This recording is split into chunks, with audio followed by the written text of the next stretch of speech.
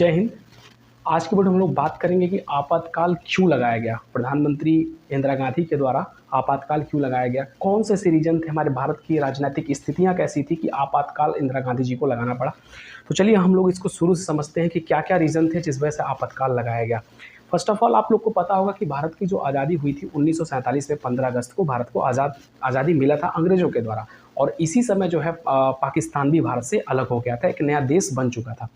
अपने भारत के जो प्रथम प्रधानमंत्री बनते हैं पंडित जवाहरलाल नेहरू, लेकिन कुछ लोग कहते हैं कि सरदार पटेल को जो है प्रधानमंत्री बनना चाहिए था, लेकिन उनकी उम्र इतनी ज़्यादा नहीं थी कि वो प्रधानमंत्री पद पर रह सके। इस वजह से महात्मा गांधी और सभी लोगों का निर्णय ये होता है कि पंडित जवाहरलाल नेहरू को प्रधानमंत्री भारत का बनाया जाए, और भारत के प्रथम प्रधानमंत्री पंडित जवाहरलाल नेहरू बनते हैं।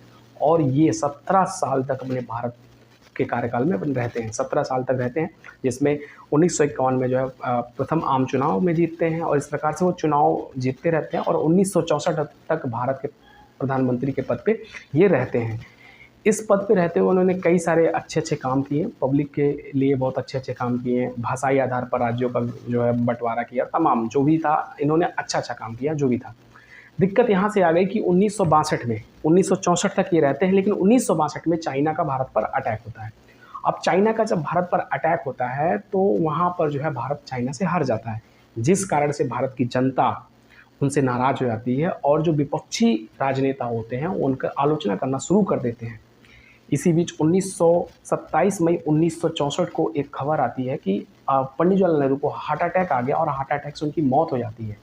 और जब उनकी मौत होती है तो भारत के प्रधानमंत्री की, तत्कालीन प्रधानमंत्री की जब मौत हो जाती है तो फिर उसके बाद से भारत की राजनीतिक स्थितियाँ एकदम उथल-पुथल मच जाती है, और कांग्रेस के अंदर उथल-पुथल मच जाता है, राष्ट्र पूरा शोक में डूब जाता है कि अब क्या होगा।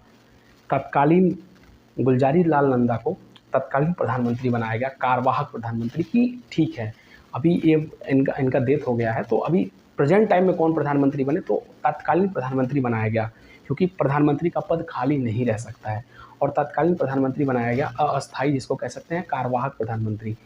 फिर कांग्रेस के अंदर ये बात चलने लगी यार कि कार्यवाहक प्रधानमंत्री है तो हमें अस्थायी प्रधानमंत्री चुनना है। तो अस्थायी प्रधानमंत्री जब चुनाव हो रहा था तो उस वक्त दो लोग खड़े हुए सामने, दो कांग्रेस के जो बड़े बड़े राजनेता थे उन लोगों के सामने दो व्यक्ति आए। एक तो लाल बहादुर शास्त्री हैं और दूसरे जो है मोरारजी देसाई हैं। मोरारजी देसाई जो है बहुत ही महत्वाकांक्षी और वरिष्ठ नेता थे।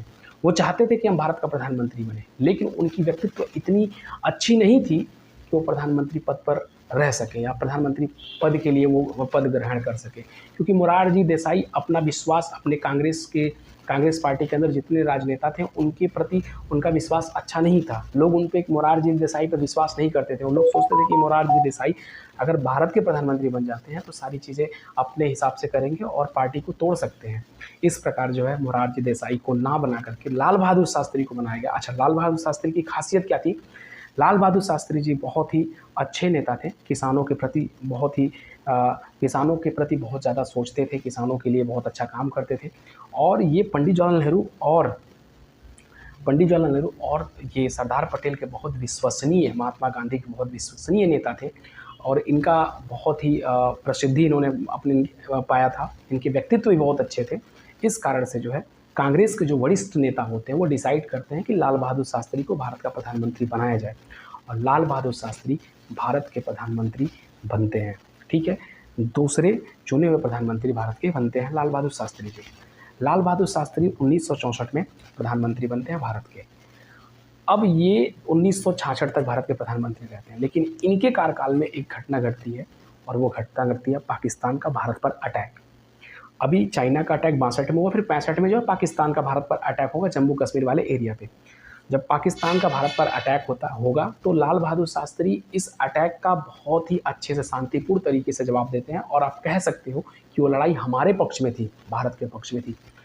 फिर बाद में यूएसएसआर की एंट्री होती है और हमारे और पाकिस्तान के बीच में, भारत और पाकिस्तान के बीच में समझौते की बात करती है, और भारत को लेकर के ताशकंद जाती है। यानी कि लाल बहादुर शास्त्री इस शांति समझौते के लिए ताशकंद जाते हैं, जो उज्बेकिस्तान का प्रेजेंट टाइम में राजधानी है। और इस समझौते में जो यूएसएसआर शामिल होता है, 10 जनवरी 1966 को ये समझौता समाप्त होता है, शांति समझौता समाप्त होता है, और 11 जनवरी 1966 यानी कि उसी दिन रात में इनकी मौत हो जाती है। रहस्यमयी मौत होती है, ताशकंद में ही उनकी मौत हो जाती है। भारत की जो राजनीतिक स्थितियाँ फिर से डगमगा जाती हैं। और लाल बहादुर शास्त्री ने किसानों के लिए बहुत अच्छे काम किए थे। किसान परेशान, पूरी भारत की जनता परेशान, शोक का लहर डूब गया कि रहस्यमयी मौत। हमारे भारत के प्रधानमंत्री जो विदेश गए हैं एक समझौते के लिए गए हैं और उनकी मौत हो गई वहीं पे। बहुत ही दुखद घटना थी उस वक्त, भारत पूरा शोक में डूब गया था। लाल बहादुर शास्त्री के परिवार का डिमांड था, लाल बहादुर शास्त्री के परिवार का आरोप था कि इनकी मौत प्राकृतिक मौत नहीं है, बल्कि इन्हें साजिश करके मारा गया है।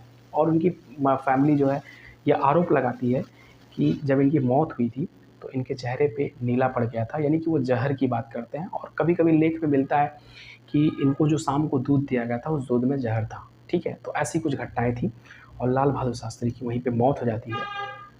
लाल बहादुर शास्त्री के मौत के बाद उनका पोस्टमार्टम नहीं होता है, ना ही जांच होता है। आज भी उनकी परिवार इस जांच के लिए बात करती है, लेकिन कोई जांच नहीं हुआ, कोई रिपोर्ट नहीं आया कि इनकी मौत कैसे हुई। अपनी भारत की स्थिति इतनी ख़राब थी उस वक्त। ठीक, ये समझौता हो जाता है, समझौता समाप्त होता है। अब फिर से कांग्रेस के अंदर अटकलें लगना शुरू हो गया कि प्रधानमंत्री अब कौन बनेगा। उधर जब पंडित जवाहरलाल नेहरू मरे तब दिक्कत हुआ, लाल बहादुर को बनाया गया। अब लाल बहादुर का डेथ हो गया, अब क्या होगा? तो फिर से वही व्यक्ति मोरारजी देसाई फिर से खड़े हो गए कि भैया मुझे बना दो प्रधानमंत्री। मोरारजी देसाई वही महत्वाकांक्षी इंसान जो कांग्रेस के और लोग नेता थे, वो लोग मोरारजी देसाई के व्यक्तित्व से परेशान थे, डरते थे कि मोरारजी देसाई को अगर प्रधानमंत्री बना दिया जाएगा तो ये पार्टी को बांट देगा। तो पंडित जवाहरलाल नेहरू की एक बेटिया है जिनका नाम इंदिरा गांधी है। अब इंदिरा जी का यहाँ से एंट्री होता है और कहानी को अच्छे से सुनिएगा। इंदिरा गांधी उनकी बेटिया है और वरिष्ठ नेताओं का ये डिसीजन होता है कि इंदिरा जी को प्रधानमंत्री बनाया जाए, क्योंकि इंदिरा अगर प्रधानमंत्री बनेगी तो हम लोगों की बातों को मानेगी, क्योंकि हम लोग वरिष्ठ हैं और ये हम लोग के सामने खेली है, घूमी है, टहली है, तो हम लोग की बातों को इंदिरा मानेगी। और इंदिरा को अगर हम प्रधानमंत्री बनाते हैं तो भारत की जनता भी नाराज़ नहीं होगी, क्योंकि ये लाल बहादुर शास्त्री की बेटी है। और मोरारजी देसाई को अगर बनाते हैं तो ये पार्टी को बांट भी सकते हैं, बहुत ही महत्वाकांक्षी है, व्यक्तित्व इनका अच्छा नहीं है। और इसी डिसीजन को लेते हुए इंदिरा गांधी को भारत के नए प्रधानमंत्री के रूप में 1966 में बना दिया जाता है। अब इंदिरा गांधी 1966 में भारत के प्रधानमंत्री बनती हैं और भारत की जब प्रधानमंत्री बनती हैं तो कुछ ही दिन बाद इंदिरा गांधी इन वरिष्ठ नेताओं जो ये अटकल लगाए थे, ये जो अपने अंदर सोच के बैठे हुए थे कि इंदिरा मेरे इशारे पे चलेगी, उनके इशारों पे वो चलना बंद कर दी और अपने हिसाब से काम करना शुरू कर दी। और उन्होंने अपने कार्यकाल में बैंकों का राष्ट्रीयकरण किया, गरीबी हटाओ का नारा दिया और प्रीवी पर्स जो था, राजाओं को जो वेतन दिया जाता था, उसको भी समाप्त कर दिया। इन 3 काम को करने के बाद कांग्रेस के जो नेता लोग थे वो लोग भड़क गए इंदिरा पे, और इंदिरा पे भड़क करके 1969 यानी कि 1969 में कांग्रेस का 2 भाग हो गया। एक कांग्रेस को कहा गया जिसमें वरिष्ठ नेता एक साथ थे, उन कांग्रेस को कहा गया कांग्रेस ओ, माने कांग्रेस ऑर्गेनाइजेशन, कांग्रेस ओ कहा गया। और जो इंदिरा के तरफ खड़े हुए उनको कहा गया कांग्रेस आर। ठीक है, 2 पार्टियां हुई और 1971 में फिर से चुनाव होता है। और इधर इंदिरा गांधी प्रधानमंत्री थी तो गरीबी हटाओ का नारा दिया था, जनता उनसे प्रभावित थी और बहुमत से जो है इनकी जीत होती है और कांग्रेस ओ की हार होती है और कांग्रेस आर यानी कि इंदिरा की फिर से 1971 में जीत होती है। और सबसे बड़ी बात है कि 1971 में ही इंदिरा गांधी ने इतना महत्वपूर्ण काम किया जो भारत नहीं पूरा विश्व स्तर पर जो है इंदिरा को जाने जाने लगा, वो था बांग्लादेश का पाकिस्तान से बंटवारा, बांग्लादेश का एक नया राज्य के रूप में स्थापित करना।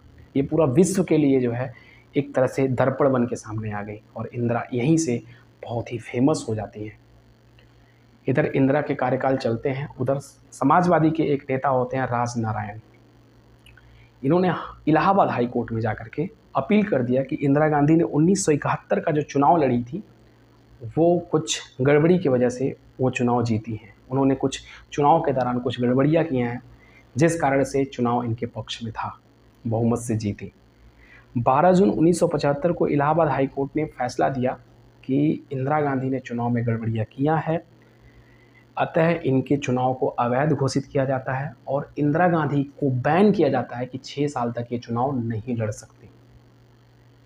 जब इंदिरा गांधी इस बात को सुनती हैं तो इंदिरा गांधी सुप्रीम कोर्ट में जाकर के अपील कर देती हैं और सुप्रीम कोर्ट में जाकर जब इंदिरा गांधी चैलेंज करती हैं तो सुप्रीम कोर्ट में 24 जून, डेट याद रखिएगा, 12 जून को इलाहाबाद का डिसीजन आया और 24 जून को सुप्रीम कोर्ट का डिसीजन आता है और सुप्रीम कोर्ट के द्वारा ये फैसला दिया जाता है कि इंदिरा गांधी प्रधानमंत्री बनी रह सकती हैं, लेकिन किसी भी कानून जब पारित होगा उसमें वोट नहीं कर सकती। इंदिरा गांधी के पास मौका मिल गया। इधर 12 जून को जब इलाहाबाद का डिसीजन आया था, इलाहाबाद हाई कोर्ट का, तो जेपी नारायण ये आंदोलन शुरू कर देते हैं। जेपी नारायण इतना बड़ा आंदोलन शुरू करते हैं जिसमें छात्र, युवा सबको शामिल कर लेते हैं। यहाँ तक कि ये पुलिस और सेना को ये भी कहने लगते हैं कि सरकार की बातों को मत सुनो, सरकार तानाशाह है। इस तरह से आंदोलन, बड़े बड़े नेता इंदिरा गांधी के खिलाफ खड़े हो जाते हैं कि इलाहाबाद हाई कोर्ट ने जो है आदेश दे दिया है कि इनका चुनाव अवैध है, इनको सरकार से हटाओ, इनको पद से हटाओ। पूरा एकदम से भारत में आंदोलन शुरू हो जाता है। इधर इंदिरा सुप्रीम कोर्ट में चैलेंज कर चुकी थी। सुप्रीम कोर्ट का चैलेंज जो है 24 जून को जब आता है, उसी समय इंदिरा अपने तत्कालीन राष्ट्रपति फखरुद्दीन अली से ये कहते हुए इमरजेंसी की घोषणा करती हैं, इमरजेंसी की बात करती हैं कि भारत में अशांति फैल गया है, भारत के अंदर आंतरिक अशांति फैल गया है और मैं आर्टिकल 352 का प्रयोग करना चाहती हूँ। और फखरुद्दीन इंदिरा की बात को मान लेते हैं और आर्टिकल 352 का उपयोग करके भारत में 25 जून 1975 को इमरजेंसी की घोषणा कर देते हैं और भारत में 25 जून को इमरजेंसी लगा दी जाती है। यानी कि आप पूरी तरह से भारत बंद। जहाँ जहाँ पर इस तरह की घटनाएं चल रही थी, आंदोलन चल रहे थे, उन बड़े बड़े राजनेताओं को अरेस्ट कराया गया, उनको गिरफ्तार करा दिया गया, उनको जेल में डाल दिया गया और ये 21 महीने तक आपातकाल चलता रहा। इस 21 महीने के अंदर ऐसे ऐसे घटनाएं घटे, यहाँ तक कि जबरन नसबंदी भी करना शुरू कर दिया गया था इसी इमरजेंसी के दौरान। भारत की जनता इतनी परेशान इस इमरजेंसी से, राजनेता सारे अंदर थे, जितने भी वो विपक्ष के नेता थे सब अंदर थे और इतने कठोर कठोर कानून लाया गया, नसबंदी जैसे कानून लाया गया कि ज़बरदस्ती पकड़ कर जो है पुरुषों का नसबंदी किया जाएगा। इस वजह से भारत की जनता जो 1971 में इंदिरा गांधी को बहुमत से जिताती है, उसके अगले चुनाव में इंदिरा गांधी उतने ही वोट से हार जाती हैं जितने ही वोट से उन्होंने जीता था। पूरी तरह से इनका हार होता है और विपक्ष का पार्टी की सरकार बनती है। तो ये था पूरी घटना, कैसे इमरजेंसी का माहौल बना, इमरजेंसी कैसे लगा, कौन कौन से प्रधानमंत्री इमरजेंसी से पहले थे, उनके साथ कौन कौन सी घटनाएं हुई और कैसे ये कांग्रेस अलग हुआ, इन सब बातों को मैंने इसमें डिस्कशन किया है। इसके बाद की स्टोरी जो भी इंदिरा गांधी का हार होता है, फिर उनका बैकअप कैसे होता है, वो कैसे फिर से जो है सरकार में आती हैं, इन सारी घटनाओं को मैं नेक्स्ट वीडियो में कवर करूँगा। मिलता हूँ नेक्स्ट वीडियो में। जय हिंद, वंदे मातरम।